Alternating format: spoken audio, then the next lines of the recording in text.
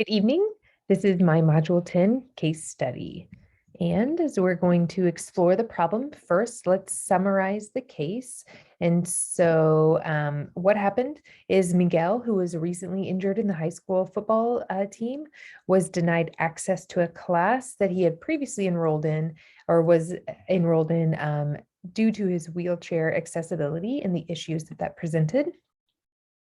And so the injury took place at high school during the high school football game, and he was denied access to a class that he already had access to. And so that took place in the school as well. So the presenting issue is at the school. People involved currently are definitely Miguel, his parents, the principal, and legal support has now gotten involved. And additionally, there's going to be indirectly several other stakeholders affected, such as other students with disabilities or physical limitations. And what do they have to say about it? The principal representing thought he did an equal class, just kind of logistically made a decision on his own. But Miguel and his parents believe that he has a right to be there, and it's the school's responsibility to make it happen. And so they are frustrated with the decision that was made. As I explored this decision through any legal or ethical issues, there's definitely some legal issues that come on. So has anyone been harmed by the actions? Yes, potentially. So Miguel is denied access to a class that he was previously enrolled in due to his physical injury. And this can have implications on his credits and eligibility for specific universities that he wants to attend. So there's definitely harm there going on. And does it, go against a specific law? Definitely. And so first, as we explore this a little further, we're going to go through some different lenses, but it is important to know that his current injury in the football game resulted in a physical injury, which qualifies him as a student with disabilities. So it's important to know that Miguel and his current injury in his current state does mean that he is now eligible for supports and protected rights as a student with a disability. And so let's explore those a little bit here. So first, through IDEA. This is one protection that they have, and here's the definition here of Individuals with Disabilities Education Act. And it's important to know, I'll kind of paraphrase this, but it's important to know that through this, it's the school's obligation to make sure that he has access to FAPE, so free appropriate public education, and it is eligible to him. And it's important that the school ensures that this happens. Okay, so that's one lens. The second lens comes from the Office of Civil Rights, and it is the 504, Section 504. And not only is he required, or the school, excuse me, is required to ensure that Miguel has access to a free, appropriate public education, but it makes sure that they need the school needs to provide specific services to ensure that he has access to that. And so that's important, just as they would for a child without disabilities. So he needs to have access to the exact same things. And then with ADA, the Americans Disability Act as well, it protects his rights with disabilities. Again, we've established that Miguel is now eligible for, he is considered a student with a disability, and so he has rights to access the same things as his peers would as well. So 3 different protections through the law that says Miguel does have access or needs to have access to FAPE and what his peers receive as well. So to synthesize this, if we had to bring it down and say, what is the precise issue that we're looking at? And it's that parents have brought in the legal defense to help advocate for their child who had access to a class that he was now denied access to with his newly acquired disability. So let's synthesize this a little bit. Who are the people currently involved? Miguel Hernandez is the student. His parents, Mr. and Mrs. Hernandez, are involved in this as well. The lawyer representing the Hernandez family, Howard Carey, was involved, and the principal so far. Those are the parties that kind of know what's going on at this time. The place in the district, I kind of synthesized the information we had about the size of the district, and this particular incident is involved at the high school.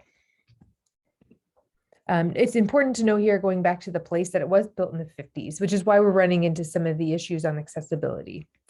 The programs, there's a football program, there's an academic program mentioned, and this is specifically wanting access to the biology class. So for this particular case, those are the programs involved. And okay, so if we review and prioritize some of this information, could the conflict, the situation, or the decision be damaging to stakeholders and the community? Essentially, yes, the short answer. First of all, the decision to remove Mr. Hernandez, Miguel, from the class can hurt his educational future. So he has aspirations to attend a university. He needs the specific course on his transcript, and he's not going to be having it. And so his parents are worried about the future implications for him as a student, as well as bigger implications could be for other children who also have a physical limitation or disability. And what because of the building's limitations, are they not having access to their classes or future classes that they'll take? Another one is who has an important stake in this outcome? Definitely Miguel, his parents, and then again, other children with physical disabilities that might limit their access to the classes that they can cognitively attend to with their peers. And have all of the relevant stakeholders been consulted? And I would say no, not yet. So the principal will probably need to include district support and legal consultation and building leadership team. And to consider with the building leadership team, I kind of thought to go with the infrastructure consideration. So they may be ones that are looking at that. And can I learn more about this situation? Yes, I would definitely need some more data. I'd want to answer a few of these questions here from a principal's lens. So I'd want to know, is there a possibility of moving the biology class to the first floor for accessible access? Is there a virtual learning option for the biology class? Are there additional credits that meet the same graduation requirement for the transcript status? I know the class they put him in currently said it did not. Are there other ones? And what funding is available for physical accessibility updates needed for the building? So is there a plan for that? So I have enough information to make a decision. At this time, I kind of say yes and no. And here, let me explain that. Yes, because Miguel is legally protected to receive access to the biology class. And so it is right now the school's obligation, I put role here, to ensure that he has access to his class. But no, I'd want some more information as from a team to kind of create a plan of execution on how to best make sure that happens. So as I kind of think through those options, 4 are rising to the top. So option 1 is just the school could just say, sorry, can't take that class. Okay. Option 2 is you can move that biology class down to a lower floor. He was right in the middle of it, have the whole class move so that he can join in physically with his peers. Option 3 is that possibly Miguel has access to biology, the same biology course, but in a virtual or remote learning environment. And option 4 would be to do some fundraising to make the entire building handicap accessible. So as we look through these 4 options, let's kind of think through the pros and cons of each one. So denying access to the biology class. The principal of the school said, sorry, can't do anything. This would definitely violate several laws, as we explored earlier. He would not have access to FAPE, and the school would be liable for legal intervention, and rightly so. So I didn't see any positives happening with that one. The next one, if we move the class, so he could be in the same biology class with his peers. He could receive the credit he needed for his post-secondary education. This could disrupt several classrooms, right? It could have that ripple effect. It may not be just a one-on-one switch. Several people might have to move and disrupt the course of that time. And there may be other classes that need to physically move. So it could disrupt a schedule, but it could also disrupt the physical locations of several different classes as well. Looking at option number 3, if we explore those, having a virtual learning option, basically it's the same as the first 2. He would have access to the biology class. However, he wouldn't be necessarily physically with his peers, so he would be virtually, but he could receive then the credit he needed. This could again disrupt several classes to find some of the room. So where does he go for this? How do we go in that? And then, he wouldn't be with his peers. So that's difficult there. And then option number 4 is the long-term positive implication for all students with disabilities. So this would be ideal, right? Get the building up to date where you needed, no one would have to move, and all children could have access to all classes at all times. So long-term positive implications. It's time consuming in the short term. It wouldn't have an immediate effect probably on Miguel's current situation. So what is the best option to choose? I'd say probably 2 or 3. So I'm saying 2 because I wouldn't want to make the decision on my own. So what I'd want to do is bring the IEP team together, present the options, have Miguel and his parents advocate for their choice, not necessarily saying that's what's going to happen, because I don't know of all the other implications within the building or what's available, but definitely advocate for what makes him most comfortable. What is he hoping? And what's important to him, for him, and then create a plan of execution. And so I would think it would kind of proceed something like this.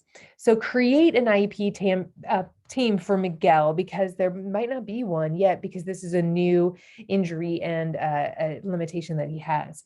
And so I'd want to consider who might be the best advocates for Miguel, knowing who he has relationships with. Might want to consider the biology teacher, a counselor, an academic advisor, someone who knows the schedulings and the implications of moving and changing schedules and credits. Definitely his parents and Miguel himself, since he is a high school student. I'd want to then present the options. So first, before we talk about the options, we want to clarify what is the goal we're trying to achieve here. It is not scheduling or convenience on paper. It is really to ensure that Miguel has access to his biology class. That is the goal that I think was missed originally and what his parents are trying to advocate for. And then I can present the 2 options. And then I'd also like to seek input on additional options that would meet this same goal that I hadn't explored individually on my own yet. And then once those options are out on the table as a team, it'd be important for us to explore ripple effects. Something here I would want to be careful of, having Miguel in the meeting and even his parents. We'd want to be very clear up front, and I would just say it. I would just name it as a leader. It's very important that we use language to realize that we're looking through implications of logistics for Miguel's benefit. Miguel is not a problem, and this injury is not a negative, and it's not a problem that we're trying to solve. What we are trying to solve is ensuring that we have access, and it's the school's limitations that are the issue, not Miguel. And so it's very important to know that he is not the problem. And then seeking Miguel's input and desired course of action. So I'd like to really, after we've kind of explored it, just pause and let him tell us, what do he hopes happens? What is he looking forward to? As a high school student, it's very important for him maybe not to stick out. He's probably already been excluded from his peers for so long just with this injury. So what is he really hoping happens here? And what's important to him? And then whatever the team comes up with, it'll be important to execute and work with necessary stakeholders to execute that plan. So whatever needs to happen, ongoing conversations, what do we need to do to make sure that happens? So I think that's the best course of action after things have happened. However, I'd like to pause and reflect and think in the future, like how could we have prevented it to get from getting to this point? Because they've essentially lost trust between the principal, the school, and the parents. And having the parents kind of take the lead on this, see that it's an issue, bring it to the front is not a good place for the school to be in.